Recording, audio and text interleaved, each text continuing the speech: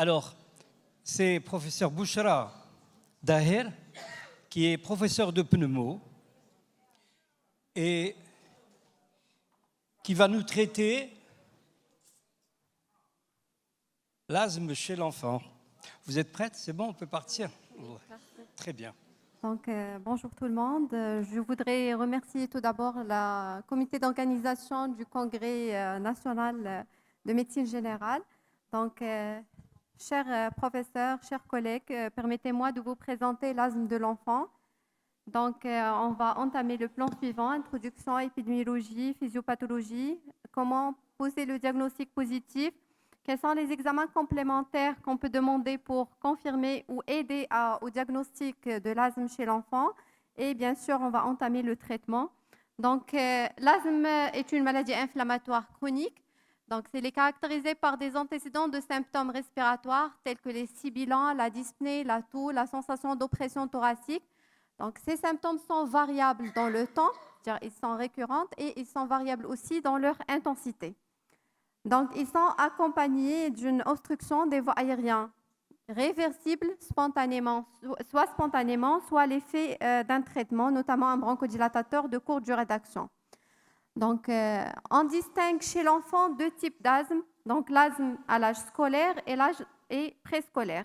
Donc, l'âge scolaire, c'est celui de l'enfant après 6 ans, et l'asthme préscolaire, c'est avant 6 ans. On a aussi une entité qui est l'asthme du nourrisson, qui se définit par la survenue de 3 épisodes sifflants avant l'âge de 36 mois et fait partie aussi de l'asthme préscolaire. Donc, l'épidémiologie, l'asthme, c'est un problème de santé publique. Il s'agit de la plus fréquente maladie chronique de l'enfant et de l'adolescent dans le monde. La prévalence de l'asthme dépend de l'âge. Elle est de 11% chez les enfants de moins de 6 ans, 14% chez les enfants de 6 à 11 ans et de 15% chez les enfants scolaires. La prévalence de l'asthme elle est plus importante chez le garçon dans l'enfance, et ce sexe ratio il s'inverse à l'adolescence. Il devient prédominante chez les filles et la mortalité elle est faible et elle est évitable. Donc, les phénotypes de l'asthme chez l'enfant, on a deux types d'asthme. On a l'asthme viro-induit et l'asthme atopique. Pour l'asthme viro-induit, donc c'est l'asthme le plus fréquent chez le nourrisson dans ce phénotype. Les exacerbations, il survient après l'épisode d'infection virale. Et ce phénotype, donc c'est le phénotype que les parents n'acceptent pas. Donc, de traiter un enfant qui est tout petit avant l'âge de 36 mois. Et le message qu'on doit passer aux parents, c'est qu'il faut dire que l'asthme viro-induit, il peut disparaître après. Ce n'est pas l'asthme qui est lié à l'atopie qui peut persister. Donc, l'asthme allergique, il survient surtout par des exacerbations suite à une exposition allergique. Et il survient chez un enfant qui est atopique. C'est-à-dire qu'il a une atopie soit personnelle ou familiale, c'est-à-dire qu'il a une rhinite allergique, il a une atopie, il a une dermatite atopique, il a une conjonctivite. Donc, c'est deux entités différentes. Donc, la physiopathologie, donc, c'est l'obstruction des branches qui survient après 3 mécanismes. On a la contraction des muscles lisses, l'œdème de la muqueuse et bien sûr l'augmentation des sécrétions de la lumière bronchique qui résulte de l'inflammation de ces voies aériennes. Donc, l'ensemble de ces mécanismes aboutit à la diminution de débit de l'air expiratoire. Donc, bien sûr, après l'exposition à un facteur déclenchant, que ce soit une infection virale, bactérienne, les allergènes, les pneumallergènes, les polluants, donc il y aura une activation des cellules inflammatoires, notamment les macrophages, les macrophages et les mastocytes, qui vont libérer les médiateurs de l'inflammation. Ces médiateurs, ils vont créer de l'inflammation, l'hyperactivité bronchique, bien sûr l'augmentation des sécrétions des muqueuses et par conséquent cette inflammation chronique qui va aboutir au remodelage bronchique par la suite. Donc, comment poser le diagnostic positif chez l'enfant? Donc, comme on a dit, on a l'asthme de l'enfant à l'âge scolaire. Donc, le diagnostic, il est purement clinique. Donc, c'est la définition, ce sont des symptômes récurrents. D'accord? Et il faut caractériser ces accès qu'on appelle les exacerbations avec les symptômes intercritiques. Bien sûr, le patient, il fait des exacerbations, l'enfant, il fait des exacerbations. Et entre ces exacerbations, il y a des intervalles libres qui peuvent être soit l'enfant est sain, c'est-à-dire il ne représente aucun symptôme clinique, soit il y a ces symptômes intercritiques qu'on doit les individualiser pour bien traiter le patient. Donc, pour définir l'exacerbation, c'est la présence de symptômes aigus durant plus de 24 heures et qui nécessite une prise en charge thérapeutique. L'examen clinique, il convient à évaluer cette exacerbation sur le plan respiratoire. Bien sûr, il faut évaluer la fréquence respiratoire, les signes de lutte respiratoire, la saturation, les sibilants, les signes d'hypercapnie, notamment les sueurs, la confusion. Il faut évaluer aussi l'enfant sur le plan hémodynamique, soit central ou périphérique. Sur le plan central, c'est la fréquence cardiaque, c'est la pression artérielle, la diurèse. Périphérique, c'est le temps de recoloration, les marbrures, le pouls périphérique. Et bien sûr, sur le plan neurologique, c'est l'état de conscience pour aboutir à évaluer l'exacerbation, soit on est devant une crise sévère, modérée ou légère. Bien sûr, la fréquence respiratoire dépend chez l'enfant en fonction de l'âge. On parle d'une fréquence respiratoire augmentée, plus de 30 cycles par minute chez un enfant de plus de 5 ans, 40 par minute, c'est entre 1 et 5 ans, et bien sûr, plus de 50 cycles par minute chez l'enfant de 2 mois à 12 mois. Ça diffère. Lorsque la fréquence respiratoire est très augmentée ou bien même diminuée, on est devant la crise sévère.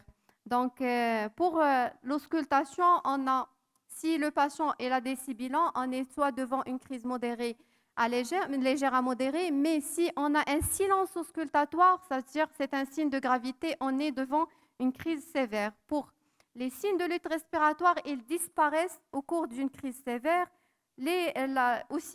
Pour la marche, l'élocution, il a vraiment une impossibilité de parler, impossibilité de marcher, c'est la crise sévère. La pression artérielle, bien sûr, on aura au début une tension artérielle normale en cas de crise modérée légère, mais en cas de crise sévère, on a une hypotension. Pour le débit expiratoire de pointe, le DEP, il est très important pour bien sûr évaluer la sévérité, mais on va y voir par la suite dans le diagnostic aussi. Il permet d'évaluer de façon objective la sévérité de la crise d'asthme. Parfois, l'enfant il n'arrive pas à s'exprimer, à dire qu'il est gêné, mais par le DEP, on peut évaluer la sévérité. C'est un geste simple. Bien sûr, la réponse au bêta-2 mimétique, si le patient ne répond plus au bêta-2 mimétique, on est devant une crise sévère. Et bien sûr, la saturation, s'il est moins de 90%, on est devant une crise sévère. Pour les symptômes intercritiques, comme on avait dit, que soit le patient, dans les intervalles libres, il est asymptomatique, soit il a ces signes intercritiques qu'on doit les chercher pour évaluer le contrôle de l'asthme. Ces symptômes, ils peuvent se manifester par une toux chronique, une dyspnée continue ou bien des sifflements. Et ils peuvent être durs, nocturnes et nécessitent souvent l'utilisation de bêta-2 mimétiques. Dans la quantité consommée, il est important à évaluer à chaque consultation. Pour l'asthme du jeune enfant, comme on a dit, il faut bien définir l'asthme du nourrisson, c'est-à-dire l'asthme de l'enfant de moins de 36 mois. C'est tout épisode dyspnéique avec des râles sibilants et qui s'est produit au moins 3 fois depuis la naissance, quel que soit l'âge de début. Donc, il y a d'autres tableaux qui peuvent simuler l'asthme chez le petit enfant. On peut y avoir une toux induite par les pleurs, une toux nocturne, une toux chronique ou récidivante, une toux persistante après une infection virale ou bien des sifflements persistants. Donc, c'est une définition un peu large. Donc, c'est l'OMS qui a défini l'asthme chez le petit enfant, mais il a un but, c'est pour éviter le sous-diagnostic et par conséquent le sous-traitement. Donc, on peut dire que c'est une entité un petit peu difficile de convaincre les parents de dire que votre enfant il est asthmatique. C'est pourquoi on a élargi un petit peu la définition pour qu'on puisse traiter et pour convaincre que les parents qu'il y a une entité qui est viro-induite et qui peut se disparaître après à un âge plus important. Donc, et pour l'asthme préscolaire, il s'approche un petit peu de l'asthme du grand enfant. Donc, le diagnostic il est aisé.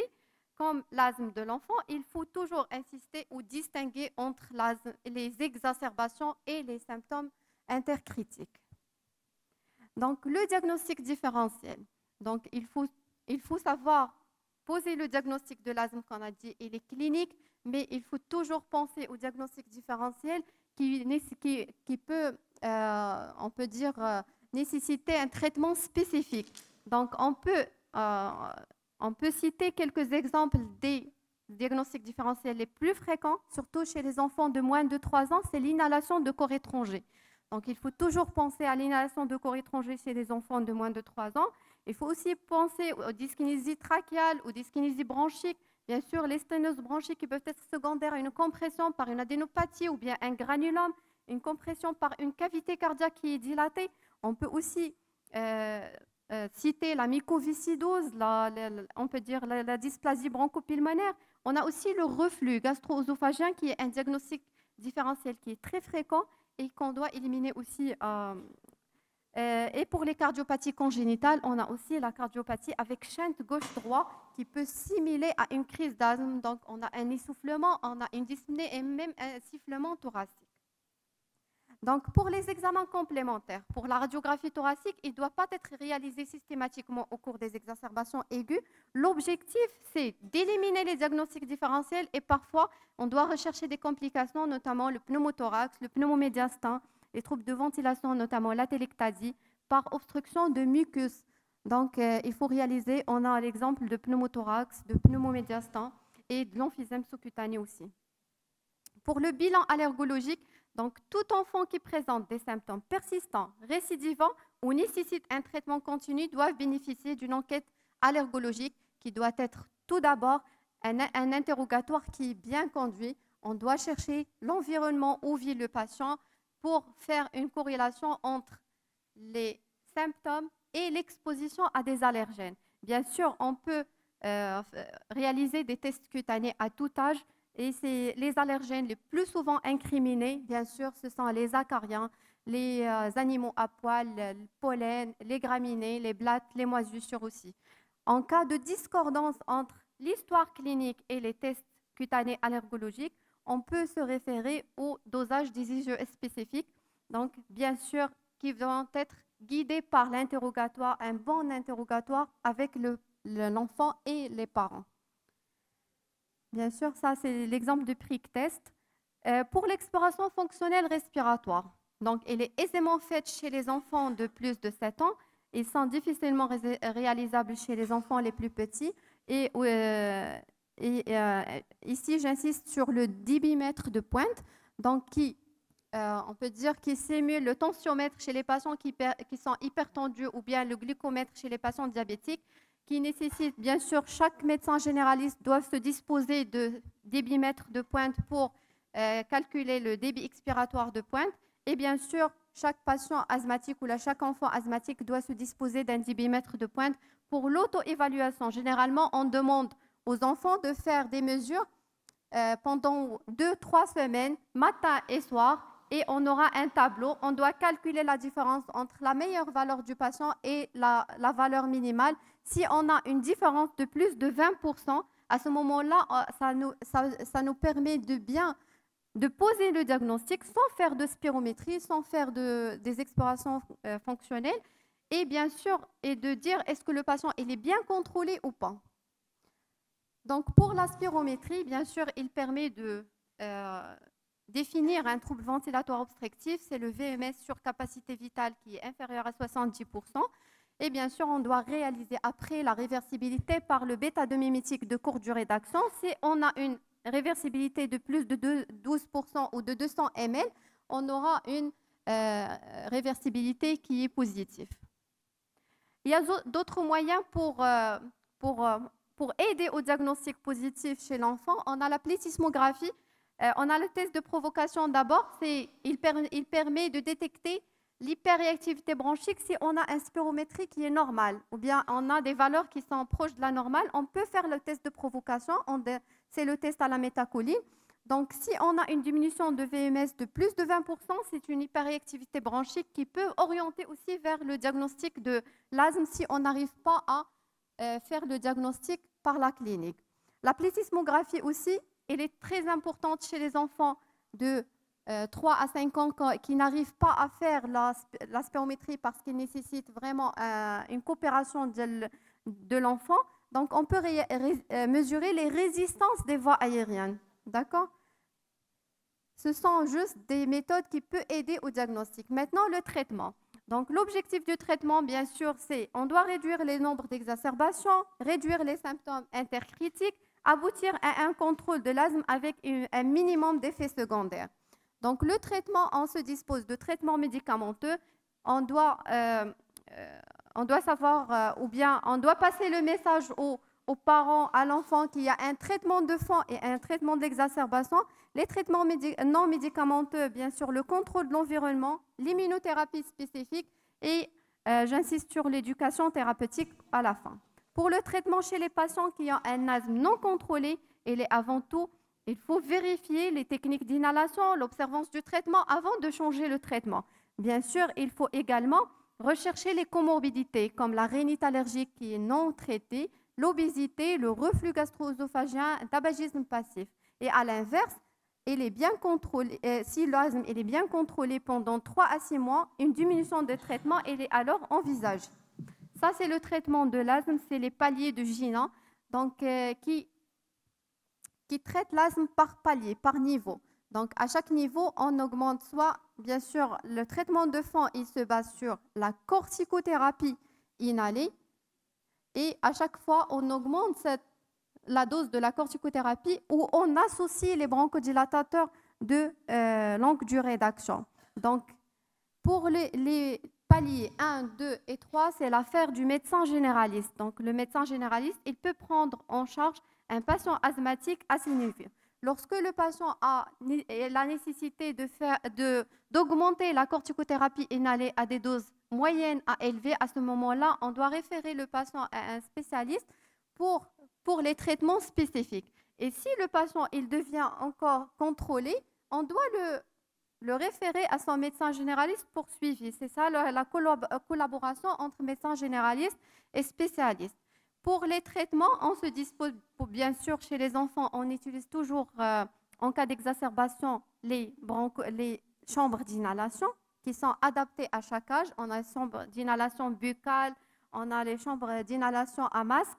Et aussi pour les dispositifs, on a les aérosols doseurs qui sont un petit peu difficilement à utiliser pour les enfants. On a la poudre qui est facile à utiliser, qui nécessite un débit inspiratoire qui est faible. Donc, ça, c'est les moyens pour le traitement de l'asthme. On va parler de chaque entité. On va parler des traitements d'exacerbation puis du traitement de fond. Pour le traitement d'exacerbation, on a les bronchodilatateurs aérosols doseurs. Donc, lors d'exacerbation, il est important d'utiliser chambre d'inhalation. La posologie est de 2 bouffées et c'est une bouffée par 2 kilos. Maximum, c'est 10 à 12 bouffées. Nubilisation du bronchodilatateur de courte durée d'action nécessite un débit d'oxygène qui est très élevé, de 6 litres par minute. Et la posologie dépend du poids. Elle est de 2,5 mg si l'enfant a moins de 16 kg. 5 mg, c'est la plus de 16 kg. Bien sûr, la posologie dépend de l'âge aussi. J'insiste généralement sur la corticothérapie inhalée. Il y a une dose forte que lorsque l'enfant dépasse cette dose forte, elle est exposée à faire des effets indésirables. Donc, on n'a même pas arrivé à la dose maximale de la corticothérapie inhalée. À partir de la dose forte, l'enfant est exposé à faire des effets indésirables. Pour les bronchodilatateurs, ils ne doivent pas être utilisés seuls, toujours en association avec la corticothérapie inhalée. Les autres moyens thérapeutiques, on a les antileucotriènes, les anticorps antimonoclonaux, bien sûr, et un petit mot sur l'immunothérapie spécifique. Il y a des indications très précises à cette désensibilisation.